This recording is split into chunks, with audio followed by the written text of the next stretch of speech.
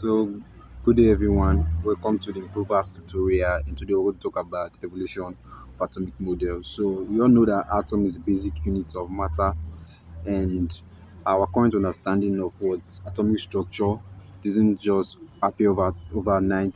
It was the over time work of what various scientists, which include what Dalton, Thomson, Rutherford, and Bohr, up to the other scientists which helped in what the quantum mechanics model, which is the what the modern structure of what of an atom. And this lesson we're going to explore and learn together. Thank you. So now let's look at Dalton's atomic theory. So in 1908, John Dalton, a British physicist and chemist, proposed the theory. He said what elements are made up of small indivisible particles called atoms. So Thomson assumed that what atoms were what indivisible, and he also postulated that atoms are neither created or destroyed. And he said that what atoms are same for an element and different from that of other elements. He said atoms of different elements combine in simple ratio to form compound, and he also said that the chemical change involved in the combination and separation of atoms. And as at that time, this was a very big discovery, but as time went on, we found out that most of the statements were not that much correct. Atoms were indeed made up of what other particles called their subatomic particles. So, and atoms could be destroyed in what? In radioactive reactions. Get it? So, and also atoms of same elements might differ in what? In the mass number, which is what? The discovery of what? Isotopes. So, and also said elements can combine simple ratio to form compound. In the cases of what complex reactions which involve what thousands of molecules, and this is not completely true, as you will get. So as you can see, I've said it all about the limitations. So let's talk about Thomson's model.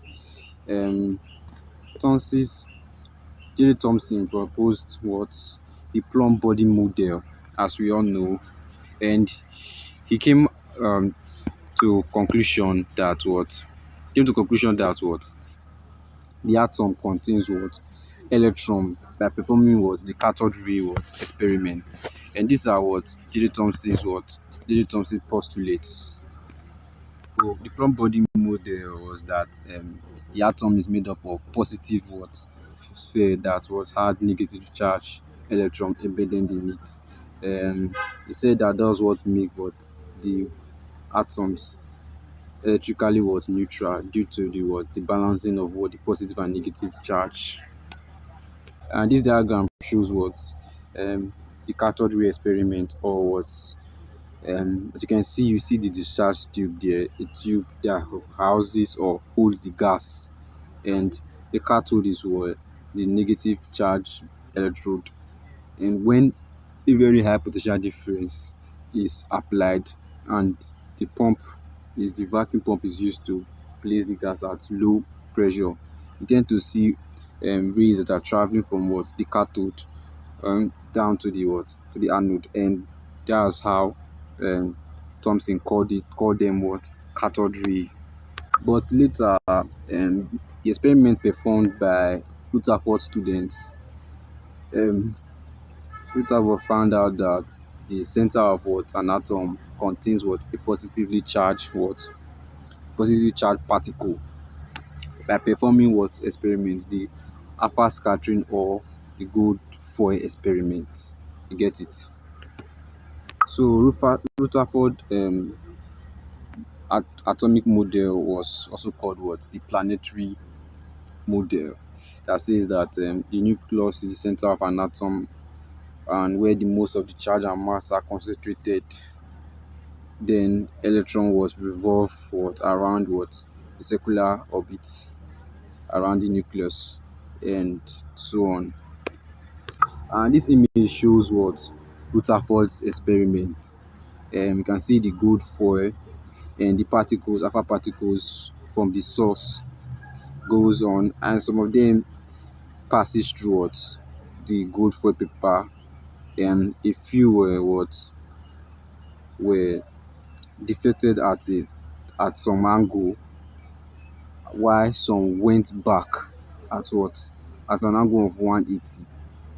And this was when Rutherford postulated that the atom contains a positive sphere, a positively charged particle that resists the alpha particle, that cause the bounce back of the alpha particle. So you get um this diagram shows us what Rutherford's atomic model. So limitations to Rutherford atomic model was that since electron revolves around the the nucleus, um according to the electromagnetic radiation theory, the electrons will start to liberate energy, and when they completely lose their energy, they will collapse with the positively charged nucleus. But that does not happen. Why? Because of because the atom is stable. So Rutherford could not account for the stability of an atom. So the next work was the work of Bohr atomic theory. So Bohr postulated the Bohr atomic theory, putting agreeing with the works of Rutherford and other scientists, and he came with his own with his own theory. So he said that electron does not just revolve around the nucleus. They revolve in a discrete orbital or shell called the stationary orbit.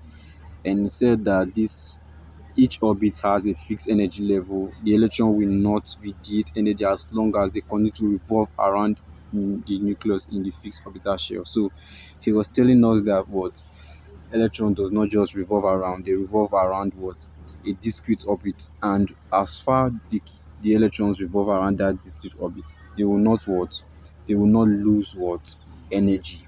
Are you getting it? And he also numbered this orbit. He numbered them with a quantum number, principal quantum number, and he numbered them 1, 2, 3, which could be also KLM, and so on. You understand? They said when electron absorb energy, they move from the ground state or a lower energy up to a higher energy. So this image shows us the atomic spectra of hydrogen. So when the electrons when you put hydrogen in in a discharge tube and you apply high voltage, you go to see a spectrum. You get it? And this spectrum represents the various energy levels and the transition of of the the electrons from the various levels. Get it? This is what we used to represent the Bohr atomic atomic model. As you can see, it's represented with 1, 2, 3, 4 or KLM, and showing the discrete orbitals or the shells with their various energy levels. And again, Bohr atomic theory also had limitations, and these limitations were due to the fact that Bohr used only atoms that had a single number of electrons. So he could not explain for the rest atoms. He just used only hydrogen and the rest that had a single hydrogen. And also um he could not explain the you cannot explain the smaller discrete lines when you use a more accurate spectrometer to look at the spectrum. So those spectrums are made up of smaller lines. So you could not explain it. It was later um, the quantum mechanical model that later on explained all this by other scientists. So that will be for all for today's class. We have talked about um, Dalton, Thompson, Rutherford, and Bohr. And next video, we're going to talk about the quantum mechanical model and other scientists and their works and our current view of what of the atomic structure. Thanks for watching. Stay tuned and don't forget to subscribe, like, and comment.